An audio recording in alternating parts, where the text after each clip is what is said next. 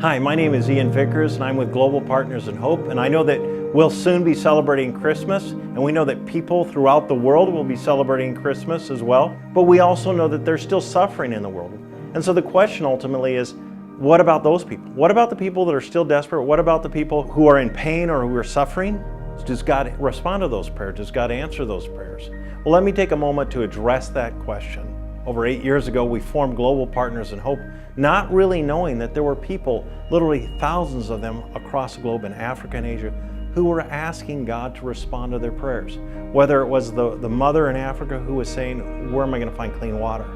Where am I going to find medical attention? Or whether it's the young man in Asia who's on the 60th floor of an apartment who's saying, you know, God, do you even exist?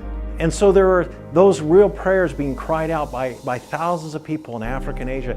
Meanwhile, God, as a master orchestra leader, brings people from all over the world, whether it's a group of kids in Brazil or people in Nebraska or Iowa. He starts bringing these people together to be essentially a response to prayer. So if you've been a part of Global Partners in Hope, whether you've gone on a trip, whether you have supported the work, whether you have prayed, you've been a response to those people's prayer. And it's fascinating. It's fascinating to see how God responds to these prayers of people through the work of Global Partners in Hope. And so we're coming to you at the end of the year, and we're asking you to consider to keep supporting our work.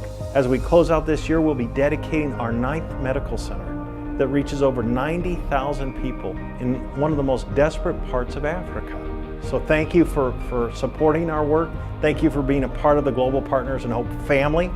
And we ask that you would continue to help us do even more in 2017.